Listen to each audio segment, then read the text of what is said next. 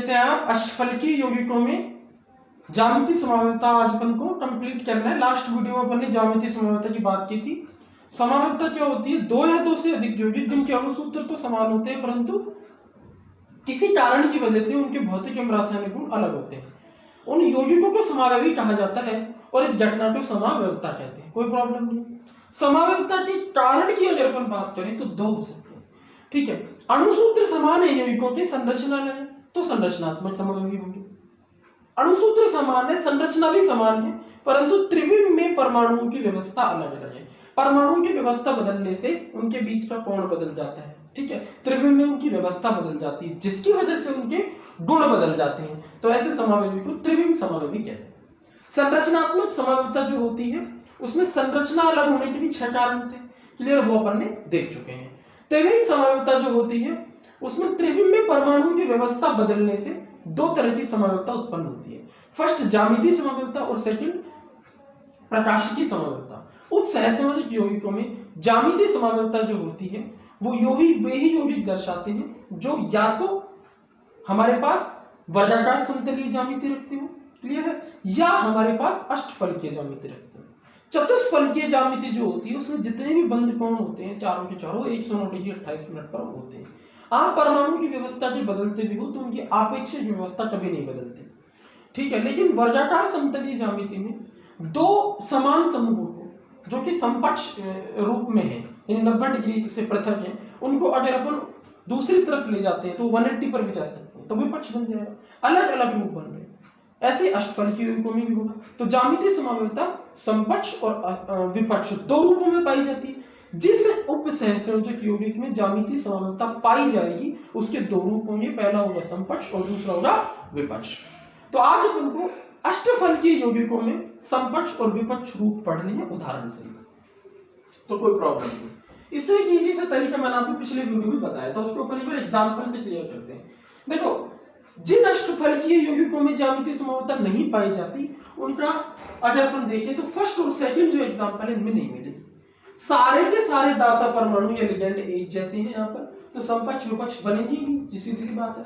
यहाँ पर 5 एक जैसे हैं, एक अलग है, तो इससे भी समकक्ष विपक्ष रूप की कोई संभावना बनती हुई नजर नहीं आएगी। अब अगर अपन बात करें बाकी के एग्जांपल्स की, Na4B2 इस प्रकार का, देखो मैंने आपको बताया था A जो है ये एक दंतुक लिगेंड है, B ये भी एक दंतुक लिगेंड है, लेकिन अगर इस तरह की कुछ लिखा हुआ है, A लिखा हुआ है, B लिखा हुआ है, तो वो द्विदंतुक लिगेंड होते हैं बच्चों। अच्छा, अगर A B लिखा हुआ है तो वो द्विदंतुक असममित होता है, जैसे GLY ग्लाइसिनेट हो। A लिखा हुआ है तो वो द्विदंतुक सममित लिगेंड होते हैं, क्लियर है।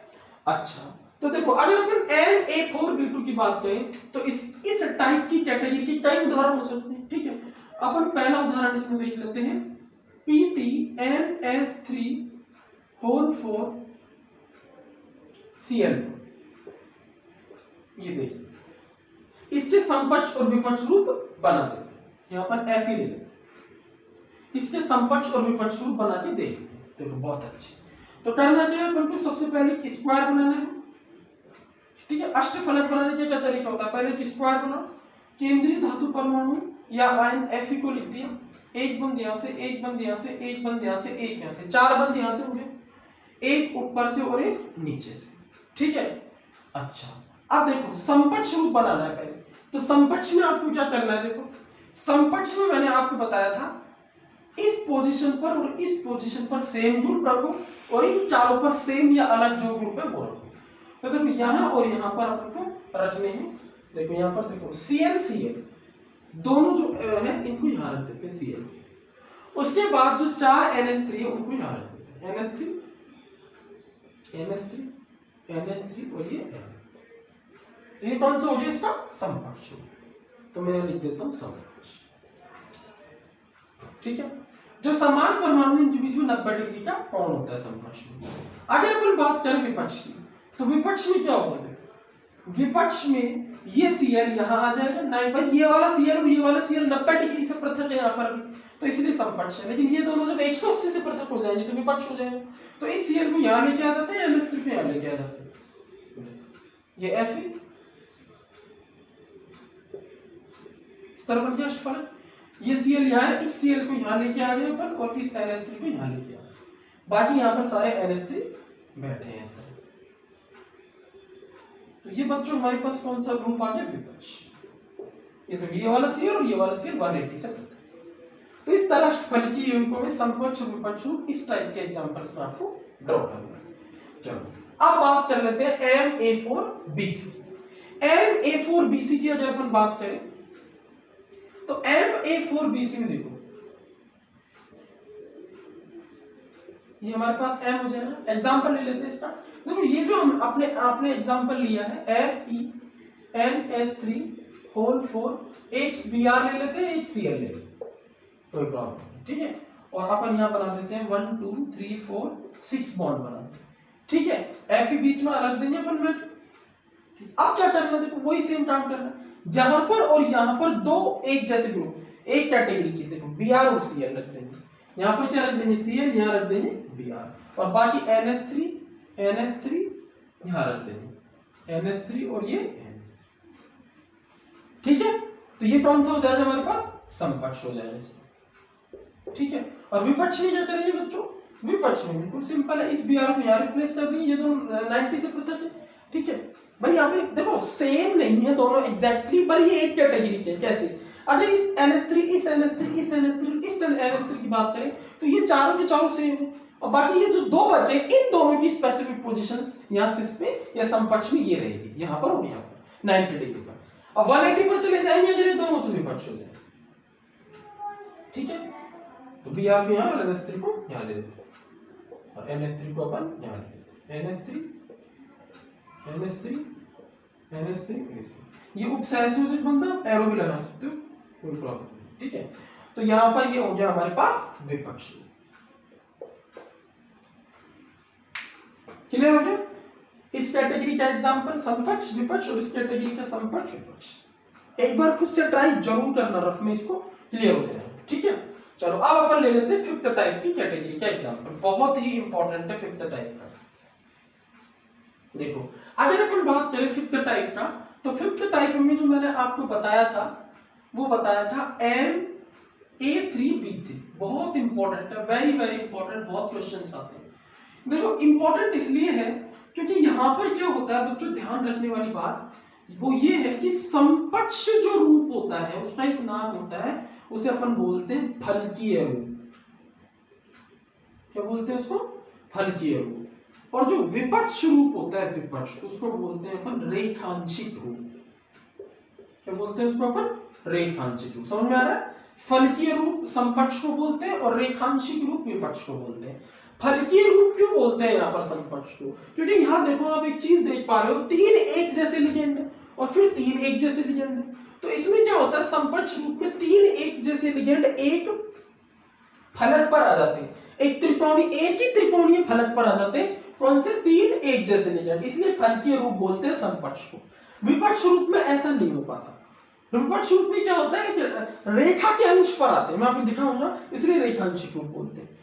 अच्छा बना के देखते तो इंटरेस्ट आएगा। देखो तो एग्जांपल क्या ले लेते हैं, FeNH3 का होल 3Cl थे, कोई प्रॉब्लम नहीं, तीन एक जैसे और तीन एक जैसे, 3 है -3 +3 4 दे जाएगा। अब इंपॉर्टेंट बात यहाँ पर है समकक्ष रूप बनाने की। तो देखो समकक्ष रूप बना लेंगे अपन सिंपल, यहाँ पर अष्टफलक बनाएंगे पहले। Fe बना है 1 2 3 4 4 5 6, ये बॉन्ड बना दिए अपन ने। देखो करना क्या, मैंने आपको समकक्ष में क्या बताया था, यहाँ पर सेम ग्रुप लिख दो दोनों, तो यहाँ Cl लिख देते हैं और यहाँ Cl लिख देते हैं। अब यहाँ पर Cl 3 है, ठीक है, दो तो यहाँ लिखी थी, तो तीसरे को आपको क्या करना है समकक्ष में, ध्यान रखना समकक्ष में क्या करना है, तीसरे को आपको यहाँ, समकक्ष में क्या करना है आपको, तीसरे को यहाँ रखना, कंटिन्यू रखना, ठीक है। अच्छा अब बाकी क्या बचे, तीन NH3, उनको अपन यहाँ रख देंगे, NH3 और ये NH3।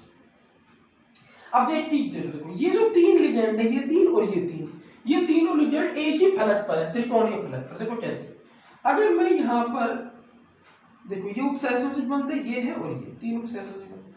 अब मैं क्या करूं, यहाँ पर इस बॉन्ड को इस कॉर्नर से मैं मिला देता हूं, ठीक है, ये मिला दिया, और इसको इससे मिला देता हूं इस तरह से। तो यहाँ पर देखो एक त्रिकोणीय फलक निकल कर आ रहा है, देखो, ठीक है। यहाँ देखो Fe रखा हुआ है, यहाँ Cl है, यहाँ Cl है और यहाँ Cl। ये इस तरीके का त्रिकोणीय फलक। तो एक जैसे लिगेंड एक ही त्रिकोणीय फलक पर मौजूद है, फलक पर मौजूद होने की वजह से फल की रूप भी बोला जाता है समकक्ष रूप। क्लियर हो गया? बहुत ही इजी तरीके से मैंने आपको बताया किस तरह से इसको फल के रूप बोला जाता है। ठीक है, अच्छा इधर भी एक फलक है, देखो आपको क्या करना है, इसको इससे मिला देना है, इसको इससे, देखिए त्रिकोणीय फलक बन गया। तो एक फलक ये रहा, एक फलक है, आमने सामने फ्रंट में एक दूसरे। तो इस तरह से त्रिकोणीय फलक यहाँ पर बना हुआ है। तो ये तो हो गया अपना समकक्ष रूप। ठीक है, ये हो गया अपना समकक्ष। ठीक है, इसका एक और नाम है कौन सा, फलकीय रूप। अब अगर अपन इसका कौन सा बनाते हैं, दूसरा कौन सा, इसका विपक्ष रूप। तो विपक्ष रूप में क्या होगा बच्चों, देखो इस तरह से अपन बनाएंगे विपक्ष रूप। देखो विपक्ष रूप में करना क्या है, अब मुझे एक बात तुम लोग बताओ, अपन अभी तक करते क्या है, यहाँ जो ग्रुप रखे होते थे उसमें से इस पॉइंट की पोजीशन चेंज करके यहाँ लाते थे। इसकी भी ला सकते हैं, कोई दिक्कत नहीं है, लेकिन जो अपन करते आ रहे हैं उसी को अपन करेंगे, यानी इस सीएल को यहाँ ले आएंगे, जो ग्रुप यहाँ होगा उसको यहाँ ले। तो ये दोनों 180 पर आए। क्लियर हो रहा है ना, ये दोनों किस पर आ रहे हैं, 180। विपक्ष भी 180 आनी चाहिए। ठीक है, यहाँ पर सीएल रखा हुआ है तो तीनों कंटिन्यू। अब विपक्ष कैसे बनेगा, इस सीएल को यहाँ ले आते हैं और यहाँ NH3 है उसको यहाँ ले जाते हैं, भाई इस NH3 को यहाँ ले जाते हैं, सीएल को यहाँ ले आते हैं, और बाकी ये वाला NH3 और ये वाला NH3 एज इट इज यहाँ रखते हैं। तो ये कौन सा रूप हो जाएगा बच्चों, विपक्ष। अब देखो यहां पर क्या हो रहा है, ये सीएल और ये सीएल, ये जो दोनों सेम ग्रुप एक रेखा पर प्रेजेंट है और दूसरा उस रेखा के एक अंश पर प्रेजेंट है, रेखांशी। तो इसलिए इसको क्या बोला जाता है, रेखांशी। क्या बोला जाता है, रेखांशी। क्लियर हो गया?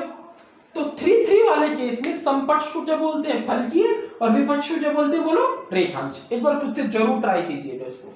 ठीक है, चलो अब अपन बात कर लेते हैं बच्चों फिफ्थ की। अगर हम बात करें फिफ्थ कैटेगरी की, तो फिफ्थ कैटेगरी भी बहुत इंपॉर्टेंट है। फिफ्थ के बाद एक 6 और है। फिफ्थ कैटेगरी में क्या होगा हमारे पास, MAA का होल ट्वाइस, और ये हो जाएगा हमारे पास B2। बहुत इजी, मतलब यहां पर दो तो द्विदंतुक लिगैंड है, और वो भी कैसे, सममित प्रकार के द्विदंतुक लिगैंड, और दो एक दंतुक लिगैंड है और वो सेम है। ठीक है, एक कैटेगरी इसमें और आएगी, MAA का होल ट्वाइस और BC, मतलब दो एक दंतुक लिगैंड अलग अलग कर देंगे अपन। ठीक है, और ये दोनों द्विदंतुक लिगैंड कर देंगे सममित प्रकार के। एग्जांपल की बात करें तो FEN का होल ट्वाइस, EN क्या होता है, इथाइलिन डायमीन, ये द्विदंतुक लिगैंड होता है और ये सममित होता है और ये उदासीन होता है। क्लियर है? और यहाँ पर अपन ले लेते हैं Cl, कोई दिक्कत नहीं, बना के देखते हैं अपन।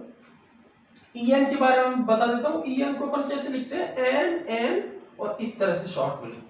मतलब अपन क्या करते हैं, दाता परमाणुओं को दिखाते हैं, क्योंकि एक्चुअल जो इसकी स्ट्रक्चर है इथाइलिन डायमीन की, वो तो होती है इस तरीके, इस तरीके। लेकिन जब अपन इसको दिखाते हैं संकुल में, तो अपन CH2 CH2 H2 H2 को जो है गायब करके और NN को दिखा सकते हैं। बाकी स्केलेटन या बाकी जो होता है कार्बन कार्बन जितने भी एटम, उनको इस लाइन में अपन मान लेते हैं कि वहां पर प्रेजेंट है। ठीक है, ये IUPAC के अनुसार इस तरह से इसको दिखा सकते हैं। चलो अब इसका भी इसी तरह से बना देते हैं अपन, समपक्ष और विपक्ष। चलो लेट अस समपक्ष बनाते हैं सबसे पहले, और उसके बाद इधर अपन बना देंगे सिंपल विपक्ष। चलो समपक्ष कैसे बनेगा, देखो सबसे पहले वही एक अपन ने क्या बना लिया, स्क्वायर बना लिया इस तरह से, 1 2 3 और ये 4। क्लियर है? 5 और ये 6। करना क्या है, देखो ध्यान देना, बहुत इंपॉर्टेंट है, ध्यान देना। समपक्ष में मैंने क्या बताया था, CL दोनों सेम है, तो एक CL को यहाँ और एक CL को यहाँ।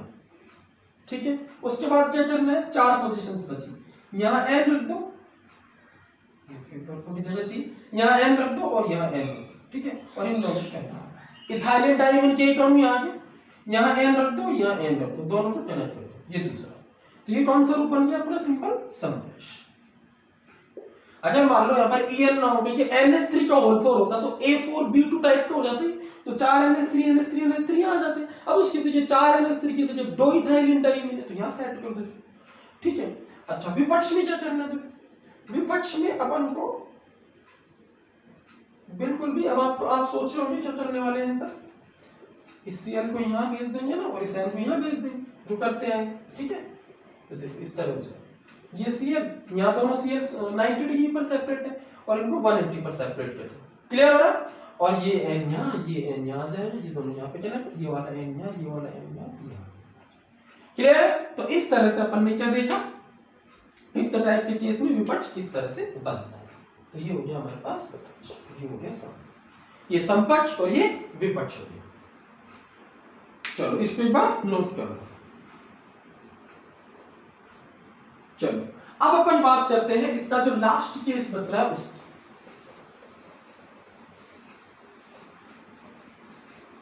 और वो हमारे पास है MAA का होल ट्वाइस BC, मतलब B और C दो एक दंतुक लिगेंड है, वो अलग अलग हो गए, बस दो एक दंतुक लिगेंड अलग अलग हो गए।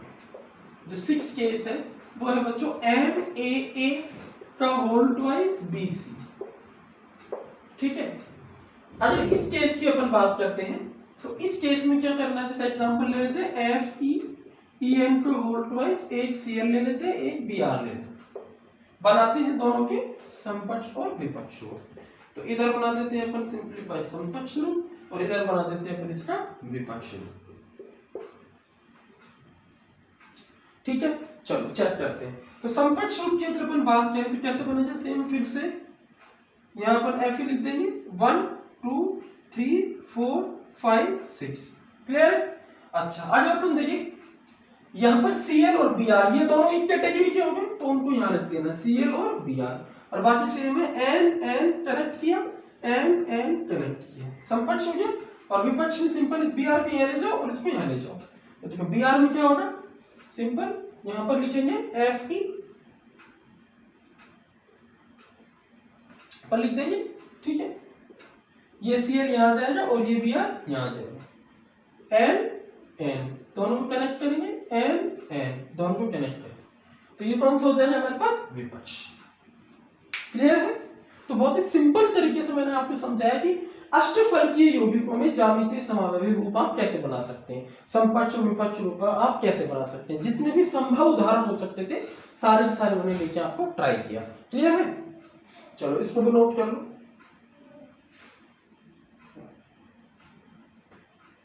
चलो तो अब अपन क्या करते हैं,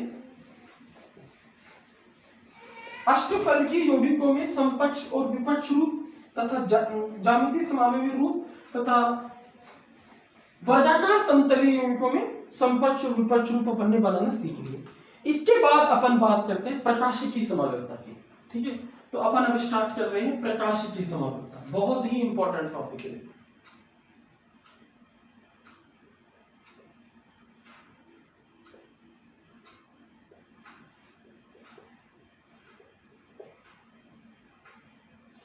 तो अगर अपन बात करें प्रकाशिकी समावयवता की, तो देखो प्रकाशिकी समावयवता कहां से निकल के आया है। एक्चुअली में हुआ क्या, वैज्ञानिकों को ये लगा कि हमें क्या करना चाहिए, जो समतल ध्रुवित प्रकाश होता है, समतल ध्रुवित प्रकाश को उपसहसंयोजक यौगिकों से बने हुए विलयन में से गुजारा गया। तो उपसहसंयोजक यौगिकों से बने हुए विलयन में 3 ऑब्जर्वेशंस वैज्ञानिकों ने ऑब्जर्व की।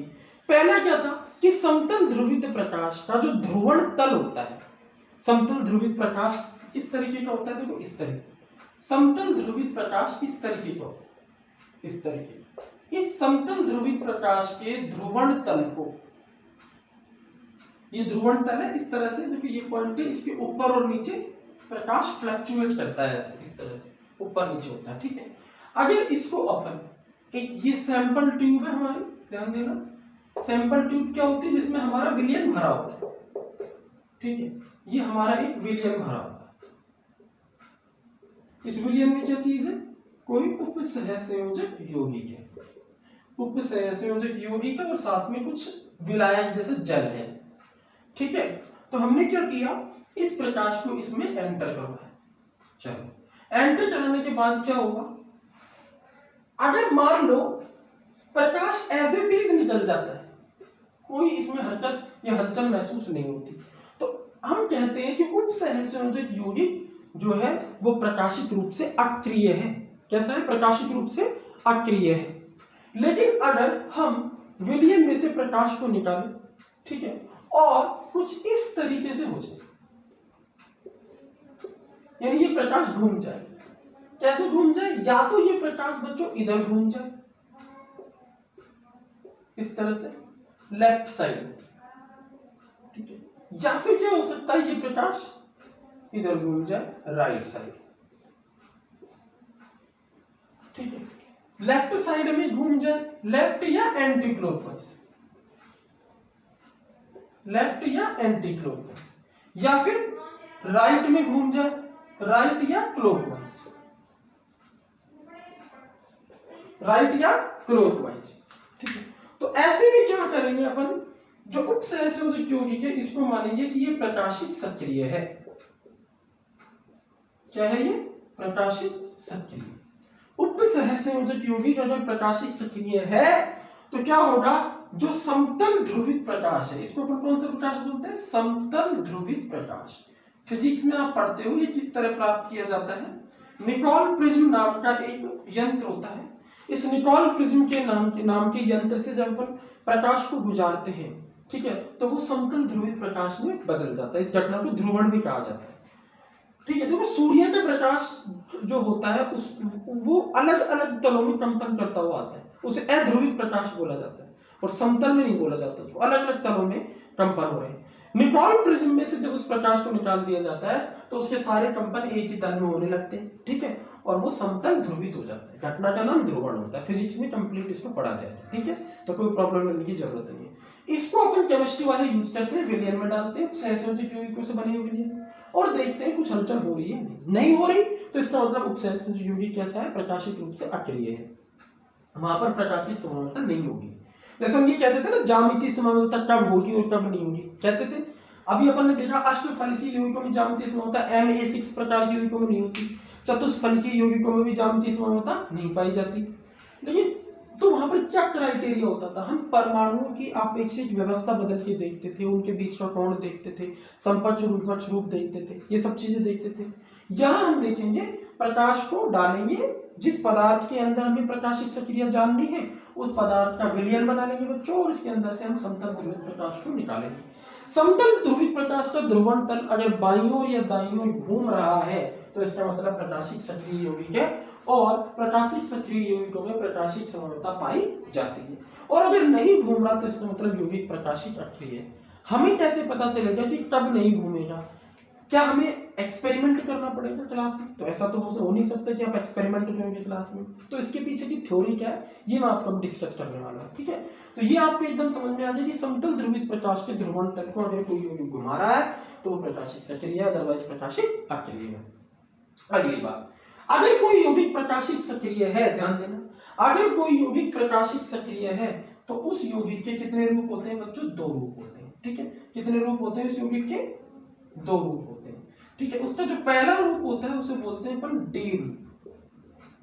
पहला रूप को क्या बोलते हैं? डी रूप। और जो उसका दूसरा रूप होता है उसे अपन बोलते हैं बच्चों एल रूप, ठीक है। अरे सीधी सी बात है, घुमाने वाला भी तो 2 तरीके का है भाई, या तो प्रकाश को घुमाने वाला यौगिक क्या हो? एंटी, मतलब ऐसे यौगिकों जो प्रकाश को एंटी क्लॉकवाइज घुमा रहा, लेफ्ट साइड में घुमा रहा, तो उसको अपन क्या बोलते हैं? एल रूप। L for levo rotatory, L for levo rotatory, clear है। या फिर दूसरा रूप क्या हो सकता है? जो प्रकाश को क्लॉकवाइज दिशा में या राइट डायरेक्शन में घुमा रहा, ठीक है, उसको बोलते हैं डेक्स्ट्रो रोटेटरी या डी। अच्छा, अब एक इंपॉर्टेंट बात ये होती है इन दोनों के बीच में संबंध क्या होता है। जैसे अपन ने ज्यामितीय समानता रूप देखे थे, समपक्ष और विपक्ष, उनके बीच का संबंध देखा था। ऐसे डी और एल रूपों में क्या संबंध होता है? फिर से सुन लो, उपसहसंयोजक यौगिक जो प्रकाश को नहीं घुमा रहे उनके डी और एल रूप संभव नहीं होंगे। जो घुमा रहे उनको प्रकाशिक सक्रिय रूप कहा जाता है, और उनका एक रूप डी होगा और एक रूप एल होगा। और ये दोनों रूपों के बीच में क्या संबंध होगा वो अपन अब डिस्कस करने वाले हैं, क्लियर है। तो ये आप एक बार नोट कर लीजिए, ठीक है। और यहां पर आप ये लिख सकते हैं कि जब किसी यौगिक को लिख सकते हैं आप, लिख लो, जब किसी यौगिक में से समतल ध्रुवित प्रकाश को गुजारा जाता है तो समतल ध्रुवित प्रकाश के ध्रुवण तल को यौगिक या तो लेफ्ट साइड में घुमा देता है या फिर राइट साइड में घुमा देता है। ऐसे यौगिक को प्रकाशिक सक्रिय यौगिक कहा जाता है, ठीक है। और प्रकाशिक सक्रिय यौगिक जो होते हैं उन्हीं के बीच में ये प्रकाशिकी समानता पाई जाती है, क्लियर है। चलो, तो अब अपन देख लेते हैं प्रकाशिक सक्रियता होती है, प्रकाशिकी समावेशता होती है, वो प्रकाशिक सक्रियता से जुड़ी हुई है। तो इसकी परिभाषा क्या होगी? देखो बहुत ही सिंपल है, परिभाषा क्या होगी इसकी? जब दो यौगिकों के अणुसूत्र, जब दो यौगिकों के अणुसूत्र तो समान हो, अणुसूत्र तो क्या हो? समान हो, संरचना भी समान हो, संरचना भी समान हो, परंतु उनकी प्रकाशिक सक्रियता की दिशा विपरीत, प्रकाशिक सक्रियता की दिशा क्या होनी चाहिए बच्चों? विपरीत। मतलब एक राइट में घुमा रहा है तो एक लेफ्ट में घुमा रहा है। प्रकाशिक सक्रियता की दिशा विपरीत हो तो उन्हें क्या कहा जाता है बोलो? उन्हें प्रकाशिकी समावयवी कहा जाता है, प्रकाशिकी समावयवी कहा जाता है। वह इस घटना को क्या कहते हैं? प्रकाशिकी समावयवता। क्या कहते हैं बच्चों? बताओ इस घटना को? प्रकाशिकी समावयवता कहते हैं, प्रकाशिकी समावयवता कहते हैं। इसको आप एक बार नोट कर लीजिए। ये समावयवी दो प्रकार के होते हैं, ठीक है? दो रूप होते हैं इनके। पहला होता है डी रूप और दूसरा कौन सा होता है बच्चों? एल रूप। अच्छा, समतल ध्रुवित प्रकाश के ध्रुवण तल को ये रूप कितने डिग्री पर घुमाते हैं उसको अपन विशिष्ट घूर्णन बोलते हैं। तो मान लो डी रूप का विशिष्ट घूर्णन कोण अगर मान लो +18 डिग्री है, ध्यान से सुनना, तो एल रूप का भी 18 डिग्री हो गया लेकिन माइनस में होगा। यानी कि इनका जो प्रकाशिक सक्रियता दर्शाने वाला मान है वो भी बराबर आ रहा है, प्रकाशिक सक्रियता का मान भी बराबर आ रहा है, कोण भी बराबर आ रहा है, लेकिन दिशा विपरीत है। बस यही अंतर है। मैंने आपको बताया भौतिक एवं रासायनिक गुण अलग अलग होने चाहिए। अब प्रकाशिक सक्रियता का गुण भौतिक गुण से जुड़ा हुआ है, दिशा भी भौतिक गुण से जुड़ी हुई है, इसलिए वो विपरीत है, अलग अलग दोनों की। एक की प्लस है दूसरे की माइनस है। मतलब एक राइट साइड में घुमा रहा है प्रकाश को तो दूसरा बच्चों की तरफ घुमा रहा है लेफ्ट साइड में या एंटी क्लॉकवाइज डायरेक्शन में घुमा रहा है। क्लियर हो रहा है? तो ये जैसे वहां समकक्ष रूप होता था और विपक्ष रूप होता था, तो यहां डी रूप होता है और एल रूप होता है। क्लियर है? चलो एक बार इसको नोट कर लो, इस डेफिनेशन को नोट कर लिया, मिटा दूं? चलो बहुत अच्छे। अब अपन आगे की बात कर लेते हैं कि इन दोनों रूपों में संबंध क्या होता है। तो देखो बिल्कुल इजी सा संबंध है। अगर हम एक डी रूप की संरचना बना ले और डी रूप की संरचना बना के उस संरचना को हम एक मिरर में रख देते हैं, एक दर्पण के सामने रख देते हैं। किसके सामने रखना है आपको? दर्पण के सामने रखना है। तो उस रूप का जो दर्पण प्रतिबिंब रूप होगा वो एल होगा, डी का एल होगा और एल को रखते हैं तो डी होगा। ये दोनों संबंध होता है दोनों। अगर हम डी रूप ले, उसकी संरचना बनाए, ठीक है, और उसको उस संरचना को दर्पण के आगे रख दें तो एल रूप दिखेगा। जैसे फॉर एग्जांपल अगर इस हाथ को अपन एक दर्पण के आगे रख दें तो हमारा ये वाला हाथ इस तरह से दिखेगा। क्लियर है ना? अच्छा, सबसे इंपॉर्टेंट बात यहां पर क्या, वो सुन लो। ये जो दोनों रूप होते हैं, ये दोनों रूप दर्पण अनअध्यारोपित होने चाहिए, या अपन ऐसे कह सकते हैं अनअध्यारोपित दर्पण प्रतिबिंब रूप होने चाहिए। इन दोनों को अपन क्या बोलेंगे? प्रतिबिंब रूप। ठीक है, तो यहां पर जो इंपॉर्टेंट बात है, प्रकाशिक समावयवता की शर्त है, सुन लो, प्रकाशिकी समावयवता की जो शर्त है वो मैं लिख देता हूं, प्रकाशिकी समावयवता की शर्त। तो वो शर्त क्या है, ध्यान दो।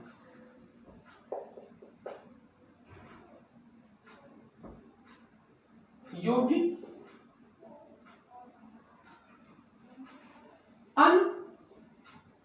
अनअध्यारोपित दर्पण प्रतिबिंब बनाए।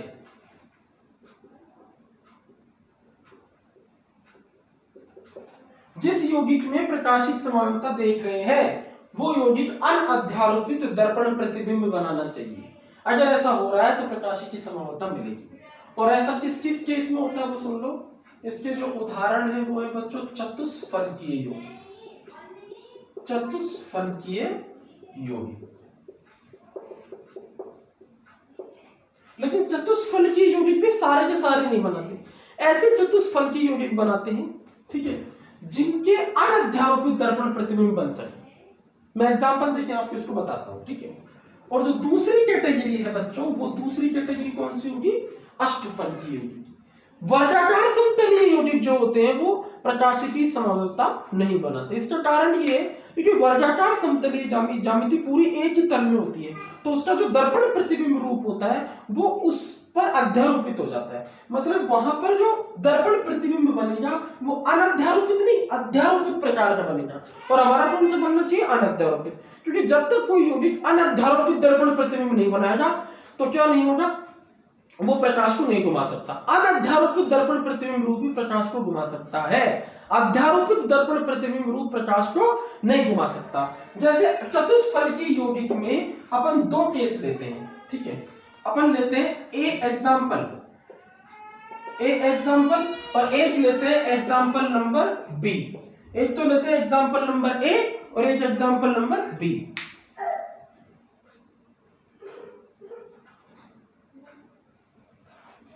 अगर अपन एग्जांपल नंबर ए की बात करें चतुष्फलकीय यौगिक में, ठीक है, जैसे अपन ले लेते हैं MA4। MA4 का मतलब चारों के चारों एकदम तुक लिगेंड सेम है, चारों के चारों एकदम तुक लिगेंड। और एग्जांपल बी में अपन ले लेते हैं MABCD, मतलब चारों एकदम तुक लिगेंड अलग है। तो इस केस में नहीं मिलेगी, इस केस में नहीं मिलेगी, इस केस में भी नहीं मिलेगी, क्योंकि इन दोनों केस में अध्यारोपित दर्पण प्रतिबिंब रूप बनने वाला है। क्योंकि इससे समझते हैं, ये हमने M बनाया, चतुष्फलक बना दिया, 1 2 3 4 बॉन्ड हो गए, ठीक है। ए यहां पर है, ए यहां पर है, ए यहां पर है और ए यहां पर है। अब जरा एक काम करते हैं, इसका दर्पण प्रतिबिंब रूप देखते हैं क्या होता है। तो बच्चों दर्पण प्रतिबिंब रूप में क्या होगा बताओ? जो राइट में जो भी कोई एटम है या ग्रुप है वो लेफ्ट में आ जाता है और लेफ्ट वाला राइट में चला जाता है, ऊपर नीचे वाले वही रहते हैं, ठीक है। तो क्या होगा? जो इसका दर्पण प्रतिबिंब रूप बनेगा बच्चों, इस ये वाला ए इधर आ जाएगा और ये वाला ए इधर आ जाएगा और ये ए यहां पर है। तो इस रूप में और इस रूप में कोई अंतर नहीं। अगर आप इस रूप को उठा के इस पर अध्यारोपित करवाते हो तो दोनों अध्यारोपित हो जाते हैं, तो उसे अपन बोलते हैं अध्यारोपित दर्पण प्रतिबिंब रूप, ठीक है। तो ऐसे में इस यौगिक का विलयन लेकर के इसमें प्रकाश अगर अपन डालेंगे तो वो प्रकाश किधर भी नहीं घूमेगा। क्लियर है? नहीं, किधर भी नहीं घूमेगा, क्योंकि यहाँ पर सममिति पाई जा रही है। क्लियर हो गया? इसलिए यहाँ पर ये प्रकाशिक समरूपता नहीं दर्शाती। लेकिन दूसरी ओर अगर इस एग्जाम्पल की बात करें तो यहाँ पर प्रकाशिक समरूपता नहीं दर्शाती, प्रकाशिकी समरूपता अनुपस्थित। क्लियर है? लेकिन अगर इस प्रकार के इसके एग्जांपल की बात करें तो यहां पर क्या हो रहा है? चारों अलग अलग, देखो M पर बना के देखेंगे A B C और ये D। इसका जो दर्पण प्रतिबिंब रूप होगा वो बताओ क्या होगा? इसका जो दर्पण प्रतिबिंब रूप होगा वो कुछ ऐसा होगा, देखो A यहीं पर रहेगा, C यहीं पर रहेगा, बट जो राइट में B है वो लेफ्ट में आ जाएगा और जो लेफ्ट में D है वो राइट में चला जाएगा। क्लियर है?